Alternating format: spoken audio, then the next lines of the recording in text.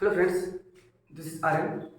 और हमारी बात चली थी जो है कल पठारों पे हमने बात की थी। हम जो है मैपिंग के साथ जो है कल हमने ये बताया था कि पठारों से निकलने वाली नदियाँ हैं उनके बारे में बात की थी। और आज जो है एक मतलब जो अगर भारत में जो है मात्र जो है 3 नदी तंत्र पढ़ने हैं। नदी तंत्र जैसे कि सिंधु नदी तंत्र, ब्रह्मपुत्र नदी तंत्र और गंगा नदी तंत्र। उसमें जो पहला है जो आज हम लोग बात करेंगे सिंधु नदी तंत्र पर। क्या बात करेंगे? सिंधु सिंधु नदी तंत्र। सिंधु नदी तंत्र से जितने भी क्वेश्चन बन सकते हैं वो सभी, यानी वनडे एग्जाम के लेवल से जो भी क्वेश्चन जो है सिंधु नदी से बन सकता है वो सारे क्वेश्चन जो है आज हम जो है इसके मैप के माध्यम से जो है बात करेंगे, चर्चा करेंगे उस पर। और जितने भी क्वेश्चन जहाँ से निकलती है, जैसे कुछ होता है जो भी है, अच्छे से जो है उसको कंप्लीट करेंगे। और इसके बाद में जो सिंधु नदी से कोई भी क्वेश्चन जो है छूटेगा नहीं। एक एक पॉइंट को जो है कुछ पॉइंट हमने लिख लिए हैं और कुछ जो है साथ साथ जो है बताते चलेंगे और कहाँ से क्या होता है। तो सबसे पहले वहीं से जो है शुरू करेंगे। बात करते हैं सबसे पहले सिंधु नदी के उद्गम के बारे में। यानी सिंधु नदी का उद्गम जो कहाँ से होता है, तो एक ग्लेशियर है, ये ग्लेशियर है, इसका नाम है चेमा युंगडुंग ग्लेशियर। चेमा युंगडुंग ग्लेशियर, और ये जो है चीन में है। चेमा युंगडुंग ग्लेशियर चीन में है। इसी ग्लेशियर से जो पानी जो निकलता है, मतलब जो जल आता है, उसी से एक झील बनती है और उस झील का नाम है मानसरोवर झील। यानी क्या है, चेमा युंगडुंग ग्लेशियर है। चेमा युंगडुंग ग्लेशियर से ही जो है जो पानी वहाँ से निकलता है, निकल के आता है, उसी से जो है दो झीलों का जो है दो बड़ी बड़ी झीलों का निर्माण होता है। एक झील जो है मानसरोवर झील है, और जैसे ही जो मानसरोवर झील है जैसे वो कंप्लीट हो जाती है, उसकी मतलब जो भर जाती है जब वो, उससे जो पानी निकलता है उसी से निर्माण होता है राकसताल झील का। यानी दो झीलें, यानी जो चीमा युंगडुंग ग्लेशियर है इसका जो पानी पहले कहाँ जाता है मानसरोवर झील में, और वहीं से जब पानी वहाँ से जब एक्स्ट्रा पानी ज़्यादा हो जाता है तो पानी कहाँ जाता है राकसताल झील में। जो मानसरोवर झील है, इसी मानसरोवर झील से जो है एक नदी निकलती है जिसका नाम है सिंधु नदी तंत्र, यानी सिंधु नदी। और जो सिंधु नदी है यानी क्या होता है, नदी तंत्र की बात करते हैं। नदी का मतलब होता है किसी एक पार्टिकुलर किसी विशेष नदी पर जब बात करते हैं, यानी किसी विशेष नदी पर बात करते हैं तो नदी होता है। और जब उसकी नदी की सहायक नदियों के बारे में हम बात करते हैं, सारी नदियाँ कि कौन सी नदी कहाँ से मिली है, इन नदी जब ऐसे बात करते हैं तो क्या होता है, उसे ही हम जो कहते हैं नदी तंत्र। एक किसी नदी पर बात करते हैं तो नदी तंत्र होता है। लेकिन जब नदी तंत्र यानी कि कोई नदी है उसकी जब सहायक नदियों पर बात करते हैं, जो सारी सहायक नदियों पर बात करते हैं, वो जब क्या कहलाता है, नदी तंत्र कहलाता है। नदी तंत्र कहलाता है। बात करते हैं कि जो है जो चेमा युंगडुंग ग्लेशियर है यहाँ से नदी निकलती है ये वाली, और ऐसे आती है, और ये जो गिलगित है, ये गिलगित से ही जो मुड़ जाती है, और गिलगित से ही अपने यहाँ जो लद्दाख है, लद्दाख से जो है गिलगित में जाती है, और गिलगित से ही जो है ये पाकिस्तान में पहुँच जाती है, और पाकिस्तान से जो है सीधे कहाँ गिरती है, अरब सागर में गिरती है। यानी बात करें ये जो पोर्शन है, पार्ट है, ये क्या है, ये जो है अरब सागर है। क्या है? अरब सागर है। ठीक, अरब सागर का जो गहरा वाला भाग है वो क्या कहलाता है, उसे कहते हैं हिंद महासागर। यानी अरब सागर में गिरती है कौन सी नदी? सिंधु नदी। यानी इसका जो उद्गम स्थान है सिंधु नदी का, तो चेमा युंगडुंग ग्लेशियर से जो पानी इकट्ठा होता है मानसरोवर झील में, मानसरोवर झील से निकलती है, और वहाँ से निकल करके जो है ये मतलब जो पूरा मतलब चीन को क्रॉस करती है। चीन को क्रॉस करने के बाद ये जो है लद्दाख से भारत में आती है, और भारत में आते हुए जो है ये गिलगित यानी पीओके वाला जो क्षेत्र है गिलगित से होते हुए पाकिस्तान में प्रवेश करती है, और पाकिस्तान में पूरा जो होते हुए जो है ये जो कहाँ गिरती है, ये जो है अरब सागर में गिर जाती है। तो यानी जो सबसे पहली बात कि जो सिंधु नदी है कहाँ से निकलती है, चेमा युंगडुंग ग्लेशियर से। ग्लेशियर से कौन सा ग्लेशियर से पानी जो निकलता है वो एक झील का निर्माण होता है, वो झील मानसरोवर झील है। और मानसरोवर झील से जो उद्गम होता है किसका? सिंधु नदी का, और वहाँ से जो है ये लद्दाख में प्रवेश करते हुए जो है गिलगित से होते हुए पाकिस्तान में प्रवेश करती है, और पाकिस्तान में पूरा पार करने के बाद जो है अरब सागर मतलब जो है अरब सागर में जो है गिरती है। ये तो बात है किसकी, मतलब कि सिंधु नदी की। सिंधु नदी, और इसकी जो सिंधु नदी है इसके अलावा इसकी बहुत इंपॉर्टेंट जो है सहायक नदियाँ हैं। सबसे पहले जो सिंधु नदी के जो सबसे मतलब जो क्योंकि क्रम भी इसको याद रखना है, तो सिंधु नदी के बाद में जो दूसरी नदी आती है वो झेलम नदी है। सिंधु नदी के बाद में जो नदी आती है झेलम नदी, और झेलम नदी जो है ये यहाँ से निकलती है, मतलब कि ये जो है कश्मीर से निकलती है, सिंधु नदी कश्मीर से निकलती है और कश्मीर से निकल करके ये जो पाकिस्तान और भारत की बॉर्डर यानी पाकिस्तान और भारत का बॉर्डर बनाते हैं, तो बनाते हुए जो है ये जो है चिनाब नदी में मिल जाती है, चिनाब नदी में मिल जाती है। कहाँ से निकलती है, यानी जो झेलम नदी है ये कहाँ से निकलती है, तो ये बेरीनाग पहाड़ी है। ये जो पहाड़ियाँ हैं ये बेरीनाग की पहाड़ी, और बेरीनाग की पहाड़ी से ही जो है एक झील का निर्माण होता है, उसको बोलते हैं शेषनाग झील। यानी बेरीनाग पहाड़ी से जो है एक निर्माण होता है झील का, उसका नाम है शेषनाग झील। और शेषनाग झील से ही जो है ये जो है निकलते हुए जो है भारत पाकिस्तान का सीमा बनाते हुए कहाँ रहती है, चिनाब नदी में मिल जाती है। बात करते हैं एकमात्र जो सिंधु नदी की सारी नदियाँ हैं उनमें एकमात्र नदी है जो विसर्पण करती है। जो क्वेश्चन बनता है कि कौन सी नदी, सिंधु की कौन सी सारी नदी है जो विसर्पण करती है, तो सिंधु नदी की जो है वो झेलम नदी जो है, सहायक नदी झेलम नदी जो क्या करती है, विसर्पण करती है। यानी एकमात्र नदी है जो क्या करती है, विसर्पण करती है। विसर्पण मतलब होता है कि जो सीधे नहीं चलती है, ऐसे चलती है, मतलब ऐसे से घूम घूम के चलती है, उसको बोलते हैं विसर्पण करना। तो विसर्पण करने वाली एकमात्र नदी है झेलम नदी। ठीक, झेलम नदी कहाँ से निकलती है, तो झेलम नदी जो है ये जो पहाड़ियाँ हैं ये बेरीनाग की पहाड़ी है, और बेरीनाग का जो पहाड़ियाँ हैं वहीं से जो है क्या होता है, शेषनाग झील का निर्माण होता है। शेषनाग झील से जो है सिंधु नदी निकलती है, और निकल कर कहाँ मिल जाती है, चिनाब नदी में मिल जाती है। करेक्ट। दूसरी बात करते हैं उसके बाद में जो है चिनाब नदी के बारे में बात करते हैं। तो जो चिनाब नदी है ये निकलती है, ये चिनाब नदी और रावी व्यास, तीनों नदी याद रखना है, चिनाब, रावी, व्यास, ये तीनों नदी हिमाचल प्रदेश से निकलती हैं। और हिमाचल प्रदेश में जो है तीनों जो नदियाँ रोहतांग दर्रे से निकलती हैं। यानी अगर बात आएगी क्वेश्चन आएगा चिनाब नदी कहाँ से निकलती है, रोहतांग दर्रे से, और रावी नदी कहाँ से निकलती है, रोहतांग दर्रे से, और व्यास नदी कहाँ से निकलती है, रोहतांग दर्रे से। यानी चिनाब, रावी, व्यास ये तीनों नदियाँ कहाँ से निकलती हैं, रोहतांग दर्रे से निकलती हैं। अब देखो सबसे पहले क्या होता है, जो चिनाब नदी जो है ये मतलब ये चिनाब नदी जो है ये निकलती है बड़ा लाचा दर्रे से, यानी चिनाब नदी निकलती है बड़ा लाचा दर्रे से, और व्यास और रावी ये दोनों निकलती हैं रोहतांग दर्रे से। यानी चिनाब नदी का उद्गम क्या है, तो बड़ा लाचला दर्रा, और व्यास और रावी का रोहतांग दर्रा।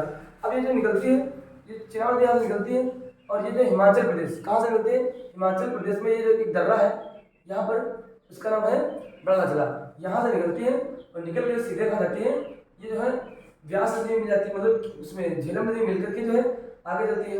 और जब आगे जाती है उसके थोड़ा आगे कौन सी नदी है, रावी नदी है, रावी नदी का उद्गम कहाँ है, तो रावी नदी का उद्गम रखेंगे रोहतांग दर्रा, ये है कहाँ पर, तो हिमाचल प्रदेश में। रोहतांग दर्रा कहाँ है, हिमाचल प्रदेश में, और ये निकल करके जो है ये जो झेलम और चिनाब जो नदियों में मिल जाती है और एक संयुक्त धारा का निर्माण करती है। उसके बाद क्या होता है, कि जो ये जो चेमायूलू ग्लेशियर है इसका जो पानी है, जो इसका जो जल है वो कहाँ जा, मानसरोवर झील, और जब मानसरोवर झील जब भर जाती है तो उसका पानी कहाँ जाता है, राकसताल में, और राकसताल झील से एक नदी और निकलती है जिसका नाम है सतलज।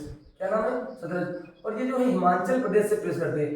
क्वेश्चन आया हुआ है कि जो है जो सतलज नदी जो है भारत में किस राज्य से प्रवेश करती है, तो हिमाचल प्रदेश। यानी जो सतलज नदी है भारत के किस राज्य से निकलती है, हिमाचल प्रदेश में, मतलब हिमाचल प्रदेश से जो है प्रवेश करती है, और प्रवेश करते हुए जो है ये जाती है, और ये जो है ये जो कहाँ में जाती है, यानी वो जो झेलम है, चिनाब है और रावी है, इन नदियों की धाराओं में जो है मिल जाती है, और एक सही धारा का निर्माण करती है, और यहाँ से जो है आगे बढ़ जाती है, यानी कि सिंधु नदी की तरफ बढ़ जाती है। बात करते हैं यहीं से जो है एक नदी निकलती है, व्यास नदी। कौन सी नदी, व्यास निकलती है, और ये व्यास नदी यानी भारत की एकमात्र नदी है, मतलब इस जो इनकी सहायक नदियाँ सिंधु नदी की जो कहाँ से, जो भारत में रहती है, ये अंतर्राष्ट्रीय नदी नहीं है।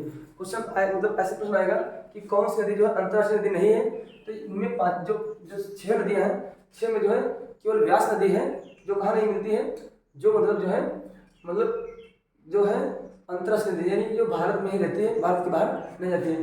ये नदी है जो व्यास नदी कहाँ किससे मिलती है, सतलज नदी से मिलती है, और सतलज नदी जो मिलती है ये जो स्थान है ये पंजाब है। यानी सतलज जो व्यास नदी है किससे मिलती है, सतलज नदी से मिलती है, और किस स्थान में मिलती है, तो उस स्थान का नाम है, पंजाब में है वो स्थान, उसका नाम है कपूरथला। और यही इसी स्थान पर एक नहर है जो भारत की सबसे बड़ी नहर है, इंदिरा गांधी नहर।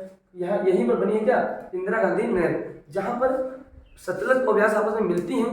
यहीं पर क्या है, एक मतलब जो है एक जो नहर है नाम है इंदिरा इंदिरा गांधी नहर। और इंदिरा गांधी नहर जो है भारत की सबसे बड़ी नहर है, भारत की सबसे बड़ी नहर है। और उसके अंदर जो ये वाला जो व्यास नदी है ऐसे जाती है पंजाब की तरफ से, और ये जो जो सतलज नदी और इसका पानी संयुक्त रूप से कहाँ से जाता है, ये मतलब जो है मिल जाता है, मतलब जो है चारों नदियों के पानी मिल जाता है। चार नदियाँ कौन कौन सी, झेलम, चिनाब, रावी, और उसके अंदर क्या होता है सतलज। तो यहाँ मिलकर के जो है ये सीधे मिल जाती हैं कहाँ, सिंधु नदी में मिल जाती हैं। और जो जहाँ पर मिलती हैं सिंधु नदियाँ यानी चारों नदियाँ यानी सभी नदियाँ, इन देखो सिंधु नदी, ये झेलम नदी, ये चिनाब नदी और रावी, और उसके अंदर क्या सतलज, ये जहाँ मिलती हैं इस स्थान का नाम है मिठानकोट। ये कहाँ है, पाकिस्तान में। क्वेश्चन जो है पूछा जाएगा कि जो सभी नदियाँ आपस में कहाँ मिलती हैं, तो पाकिस्तान के मिठानकोट में मिलती हैं। और उसके बाद में क्या होता है कि संयुक्त रूप से जो है ये अपना पानी जो सभी नदियाँ कहाँ गिरा देती हैं, ये जो अपना पानी जो अरब सागर में गिरा देती हैं। ये तो बात हुई कहाँ से, मतलब कि जो है सिंधु नदी की नदियों के बारे में। अच्छा सिंधु नदी के बारे में बात करेंगे, इसका करना देखेंगे। सबसे पहले क्या है, सबसे पहले सतलज, मतलब सबसे पहले सबसे ऊपर जो है सबसे उत्तर में क्या है सिंधु नदी है, फिर झेलम, फिर चिनाब, फिर रावी, फिर व्यास, फिर सतलज, ये इनका क्रम है। और ये आती हैं इस कहाँ जो गिरती कहाँ है, सभी नदियाँ जो है अरब सागर में गिर जाती हैं। ठीक, यानी अगर बात करते हैं एक बार बताते हैं कि जो सिंधु नदी है उसका उद्गम क्या है, मानसरोवर झील। मानसरोवर जो पानी आता है, जो जल आता है कहाँ से आता है, चिमालिंग ग्लेशियर से। वहीं से जो पानी, जो बढ़ा हुआ पानी है वो क्या करता है, राकस ताल झील का निर्माण करता है। और राकस ताल झील से जो है सतलज नदी निकलती है, राकस ताल झील से सतलज नदी निकलती है, वहीं से जो है आगे बढ़ता है। और कहाँ, ये सभी जो नदियाँ कहाँ मिलती हैं, जो मिठानकोट पाकिस्तान के जो पाकिस्तान का स्थान है उसका नाम क्या है, मिठानकोट में मिल जाती हैं। और अपना संयुक्त रूप से पानी कहाँ गिरा देते हैं, अरब सागर में गिरा देते हैं, अरब सागर में गिरा देते हैं। ये सारी जो है, अच्छा जो जहाँ पर सतलज और व्यास नदी मिलती है वहीं वो स्थान को क्या कहते हैं, कपूरथला स्थान है कहाँ, पंजाब में। और वहीं पर क्या है, भारत की सबसे बड़ी नहर इंदिरा गांधी नहर है, कहाँ पर है, पंजाब के कपूरथला में। ये तो हुई बात इसकी मेन मतलब मुख्य नदियों से, मतलब जो है कौन सी नदी कहाँ पे होती है। यानी अगर बात करें तो यानी क्या है, सिंधु नदी चिमालिंग ग्लेशियर से यानी मानसरोवर झील से, चिनाब नदी मतलब जो झेलम नदी कहाँ से निकलती है, शेषनाग पहाड़ी है। और शेषनाग पहाड़ी में कौन सी, शेषनाग वो मतलब वेरीनाग की पहाड़ी है। और वेरीनाग पहाड़ी से जो जल कहाँ इकट्ठा होता है, वेरीनाग से जो शेषनाग झील, यानी शेषनाग झील में जो है पानी इकट्ठा होता है। तो यानी कि झेलम नदी कहाँ से निकलती है, शेषनाग झील से। सिंधु नदी कहाँ से निकलती है, मानसरोवर झील से। उसके बाद चिनाब नदी कहाँ से निकलती है, बड़ा लाचला दर्रा से। उसके बाद रावी नदी रोहतांग दर्रे से, व्यास नदी रोहतांग दर्रे से, और सतलज नदी राकस ताल झील से। कंप्लीट है। फिर एक बार बता रहे हैं, यानी क्या होता है, सिंधु नदी चिमालिंग ग्लेशियर से निकलती है, ठीक। और ये जो मतलब झेलम नदी ये शेषनाग झील से निकलती है, चिनाब बड़ा लाचला दर्रे से निकलती है, रावी रोहतांग दर्रे से, व्यास रोहतांग दर्रे से, और सतलज राकस ताल झील से निकलती है। ये जो क्वेश्चन है कहाँ से इसका उद्गम होता है, ये सभी मिलती किसमें है आपस में, सिंधु नदी में। और जहाँ पर में सभी मिल जाती हैं उस स्थान को कहते हैं मतलब कि मिठानकोट कहाँ है, तो ये जो है मिठानकोट पाकिस्तान में है। और वहाँ से जो है संयुक्त धारा बनाती हैं और कहाँ गिरा देती हैं, अरब सागर में, मतलब जो पूरे पानी को जो है अपनी जलधारा को गिरा देती हैं। ये तो क्वेश्चन हो गया वहाँ से। इसके अलावा देखो ये जो है ये जो ऐसे आती है तो इसमें कुछ छोटी नदी आती हैं कि निम्न में से कौन सी नदी उत्तर से मिलती है या कौन सी नदी दक्षिण से मिलती है, मतलब दक्षिण से मिलती है, मतलब दाईं ओर से मिलती है या बाईं ओर से। तो जो बाएं ओर से, यानी जब नदी तो ऐसे खड़े तो जैसे ऐसे है ना, ऊपर से नदी आएगी वो बाएं तरफ से है, तो नीचे से नदी आएगी वो कहाँ से है, वो दाएं तरफ से है। तो यानी कि पूछेगा बाएं तरफ से, तो जो बाएं तरफ से नदी से यानी कि मान लो कि ऐसे जैसे जा रही नदी है ना, इसमें जो क्या है, जो सबसे ऊपर से नदी मिलती है, यानी ये जैसे आ रही है, यानी क्या होता है कि सबसे ऐसे जैसे जा रही है, तो जो सबसे पहले ये जो जास्कर मतलब क्या नदी है, जास्कर नदी है, जास्कर नदी है। उसके आगे जो है जास्कर नदी के आगे जो है ये है श्याम नदी, और श्याम नदी के आगे है सिगार नदी, और फिर गिलगिट। यानी क्या है, यहाँ से ये जो बाएं ओर से मिलती है तो क्या क्या उसमें है, उसमें देखो जास्कर है, फिर श्याम है, फिर सिगार है, और फिर गिलगिट है। यानी ये क्या सिंधु नदी में छोटी नदियाँ हैं जो कहाँ से मिलती हैं, बाएं तरफ से मिलती हैं। और दाएं तरफ से मिलने नदियाँ कौन कौन सी हैं, तो एक सोएग है, एक काबुल है, एक कुर्रम है, एक गोमल है। 4 नदियाँ हैं जो कहाँ से मिलती हैं, बाईं ओर से मिलती हैं। ये तो हो गया मतलब नदियों का क्रम। अब यहाँ से जो है एक क्वेश्चन आता है कि सिंधु नदी समझौता कब हुआ था, सिंधु नदी जल समझौता कब हुआ था। तो सिंधु नदी जल समझौता जो हुआ था 1960 में हुआ था। 1960 में समझौता कराने वाला कौन था, वर्ल्ड बैंक। समझौते में क्या हुआ था कि देखो जैसे कि क्या हुआ था, 6 नदियां हैं, 6 नदियां। सबसे पहले कौन सी थी, सिंधु, सिंधु, सिंधु, फिर झेलम, फिर चिनाब, चिनाब। यानी समझौते में क्या हुआ था कि जो सिंधु झेलम चिनाब का जो पानी है, इसका जो है कितना 80% पानी कौन यूज करेगा, पाकिस्तान, और 20% पानी कौन यूज करेगा, भारत। 20% पानी कौन प्रयोग करेगा, भारत। यानी क्या हुआ था, जो सिंधु नदी जल समझौता हुआ था, इसमें क्या हुआ था, जो ऊपर की 3 नदियां हैं सिंधु झेलम चिनाब, इनका जो 80% पानी है वो कौन यूज करेगा, पाकिस्तान यूज करेगा, और 20% जो पानी है वो भारत यूज करेगा। इसके बाद जो नीचे की 3 नदियां हैं कौन सी, रावी, व्यास, रावी, व्यास और सतलज, रावी, व्यास, सतलज, सतलज। इसका 80% पानी, इनका जो 80% पानी है, 80% वो भारत यूज करेगा, भारत, और 20% पानी, 20% पानी पाकिस्तान यूज करेगा। ये सिस्टम था।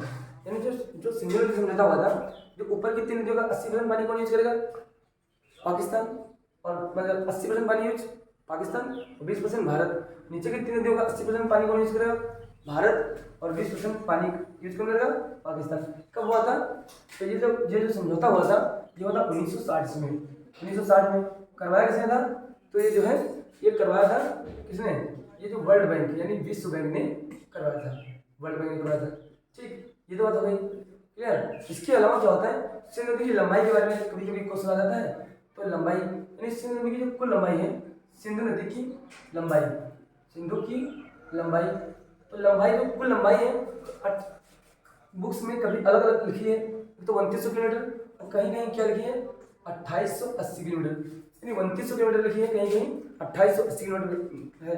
और इसमें क्या होता है, जो इसकी जो 11 यानी भारत में कितनी है, भारत में जो है 1114 किलोमीटर है, यानी भारत में कितनी है 1114 किलोमीटर। यानी सिंधु नदी की यानी यहाँ से मिलाकर कुल लंबाई कितनी है 2880 किलोमीटर, और 3 देशों में है जिसमें अपना भारत है, भारत में कितनी रही है 1114 किलोमीटर कितनी है लंबाई भारत में है। उसके अलावा जो है कुछ लंबाई कहाँ है, चीन में है और कुछ पाकिस्तान में है। ये तो हो गया क्वेश्चन किससे, सिंधु नदी की लंबाई से। इसके अलावा बात करते हैं कि यहाँ से जिनके 6 नदियों के कुछ प्राचीन नाम है, यहाँ से भी क्वेश्चन बने हैं कभी कभी। तो बात करते हैं जो सतलज नदी है, यानी जो सबसे नीचे नदी है, जो कहाँ से निकलती है, राकसताल झील से। इसका जो प्राचीन नाम है सतलुद्री है, प्राचीन नाम क्या है, सतलुद्री है। इसकी कुल लंबाई 1500 किलोमीटर है। यानी सतलज नदी और कहाँ से निकलती है, वो चीन से निकलती है, चीन, क्योंकि ये तिब्बत, पहले तो तिब्बत में था लेकिन तिब्बत अब तो है नहीं, तिब्बत पर जो है चीन का ही कब्जा हो गया है। तो कहाँ से निकलती है, यानी चीन से भारत में प्रवेश करती है, लद्दाख से मतलब वो उसमें हिमाचल प्रदेश में प्रवेश करती है, और वहाँ से जो है पूरा भारत घूम करके कहाँ जाते हैं, पाकिस्तान। तो कितने देशों में जाती है सतलज नदी, 3 देशों में, चीन, भारत, पाकिस्तान। इसके अलावा बात करते हैं झेलम नदी की। तो झेलम नदी का प्राचीन नाम क्या है, वितस्ता है, और इसकी जो कुल लंबाई है 1180 किलोमीटर है। झेलम नदी का क्या नाम है, झेलम नदी क्या है, मतलब कि जम्मू कश्मीर से निकलने वाली एकमात्र नदी है, जम्मू कश्मीर से निकलने वाली एकमात्र नदी है, और ये भारत से होते हुए भारत पाकिस्तान की सीमा बनाती है, और सीमा बनाते हुए कहाँ मतलब जो है उसमें जो है सतलज नदी, मतलब जो है रावी, व्यास, चिनाब वाले, उसमें व्यास तो नहीं, उसमें सतलज और रावी, चिनाब वाले जल में जो है संयुक्त रूप से मिल जाती है। इसकी जो कुल लंबाई कितनी है 1180 किलोमीटर है, और एकमात्र जो नदी है जो क्या करती है, मतलब सिंधु नदी की एकमात्र सहायक नदी है जो क्या करती है, विसर्पण करती है। वेरी इंपॉर्टेंट क्वेश्चन है, सिंधु नदी की सहायक नदियों में एकमात्र नदी है जो क्या करती है, विसर्पण करती है। इसके अलावा जो है बात करते हैं चिनाब नदी। जो चिनाब नदी था, जो चिनाब नदी है इसका प्राचीन नाम क्या था, अस्किनी। चिनाब नदी का जो क्या नाम था, प्राचीन नाम अस्किनी था, और इसकी कुल लंबाई कितनी थी 960 किलोमीटर।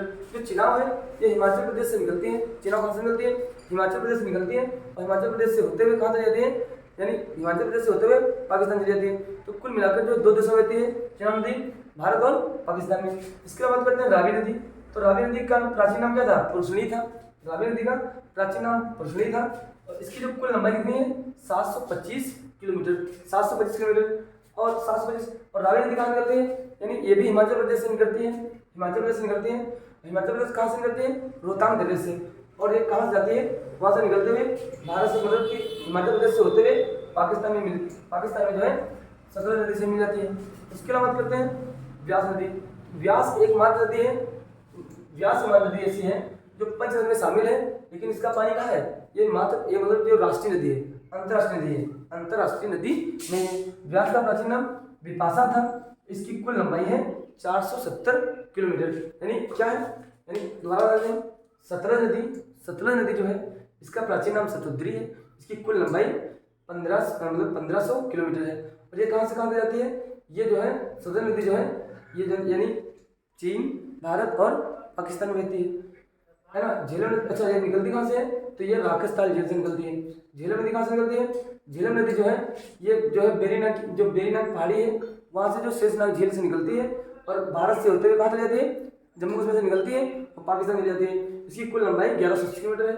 चिनाब नदी, इसको कहते हैं अस्किनी भी कहते हैं, और चिनाब नदी हिमाचल प्रदेश से निकलती है और पाकिस्तान में जो मिल जाती है। रावी नदी, इसको परसुनी कहते हैं, 725 किलोमीटर है। और ये भी कहाँ निकलती है? हिमाचल प्रदेश के रोहतांग दर्रे से निकलती है। व्यास नदी निकलती तो रोहतांग दर्रे से है, लेकिन पाकिस्तान नहीं जाती है, भारत में ही रहती है। यानी भारत में ही जो है सतलज नदी मिल जाती है। और सतलज नदी में जहाँ मिलती है सतलज नदी से जहाँ मिलती है उसका नाम है, वो मतलब पंजाब में स्थान है, उसको बोलते हैं कपूरथला। और यहीं पर क्या है? इंदिरा गांधी नहर है। भारत की सबसे लंबी नहर इंदिरा गांधी नहर है। यानी ये क्या हुआ? ये जो है नदियों से समझ जाते हैं। सिंधु नदी की कुल लंबाई 2900 किलोमीटर है, कहीं कहीं 2880 भी लिखा है ना। जो भारत में कितनी रहती है? 1114 किलोमीटर भारत रहती है। ये जो सिंधु नदी समझौता 1960 में हुआ था। ये जो प्रश्न है, जितने भी प्रश्न मतलब यहाँ से सिंधु नदी से हो सकते हैं, वो सारे क्वेश्चन मतलब सारे अच्छे से पूरा मतलब एकदम क्लियर मैप है, क्योंकि नदियाँ हैं इतनी ज़्यादा, मतलब एक तरफ से तो थोड़ा सा वो हो गया है, मतलब थोड़ा सा मतलब बन गया है। अगर अच्छे से समझेंगे तो कोई दिक्कत नहीं है। यानी पूरा सब कुछ चिमायुंग ग्लेशियर 2 झीलों का निर्माण करती है। यानी इसका एक मानसरोवर झील और एक राकसताल झील। मानसरोवर से सिंधु नदी, राकसताल झील से सतलज नदी। अच्छे से जो इसको अगर यहाँ से अब यानी कोई भी क्वेश्चन मोस्टली क्या होता है कि यहाँ से ज़्यादा क्वेश्चन आते हैं। इसके अलावा जो है अभी 2 नदी पढ़ने हैं, एक मतलब ब्रह्मपुत्र नदी तंत्र और एक गंगा नदी तंत्र।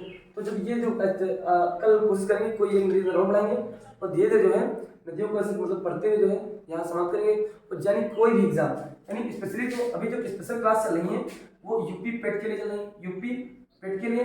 लेकिन इसके अलावा जो जितने भी परीक्षा, जैसे कि यूपी पुलिस है, यूपी पुलिस या फिर कोई भी एग्जाम, यूपी पुलिस है ना, यूपी पुलिस या और कोई भी एग्जाम, जो भी एग्जाम है यूपीएसआई, यानी हर एग्जाम में जो है एकदम जो है हर एग्जाम के लिए इंपॉर्टेंट है।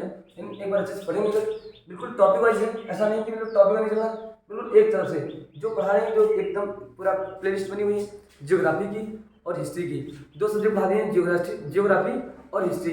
हिस्ट्री का जो मोस्टली उसमें क्या आधुनिक भारत, क्योंकि उसमें जो पेट में जो है आधुनिक भारत के बारे में दिया था। प्लेलिस्ट जो अच्छे से चेक करें, अच्छे से पढ़ें और जितना हो सके मानचित्र मतलब अपने आप खुद बनाएं। इससे क्या होगा, मानचित्र बनाएंगे तो कॉन्फिडेंस अपने आप आएगा, कॉन्फिडेंस आएगा, अच्छे से पढ़ते रहें। इससे क्या होगा कि जो भी आगे ये जो मैटर है वो मतलब जो कंटेंट बहुत अच्छा है, इसमें कोई दिक्कत नहीं है। और अच्छे से मतलब जो है कोई भी एग्ज़ाम जो है अगर आप दोगे जिसमें जीएस आती है उसके लिए बहुत मतलब महत्वपूर्ण भूमिका होगी। किसी भी मतलब इतना छोटे उसमें जो है एक छोटे से उसमें सब कुछ मैंने बता दिया, पूरी कोशिश की बताने की। और जो है क्या मतलब अच्छे से पढ़ते रहें, अपना ख्याल रखें। धन्यवाद।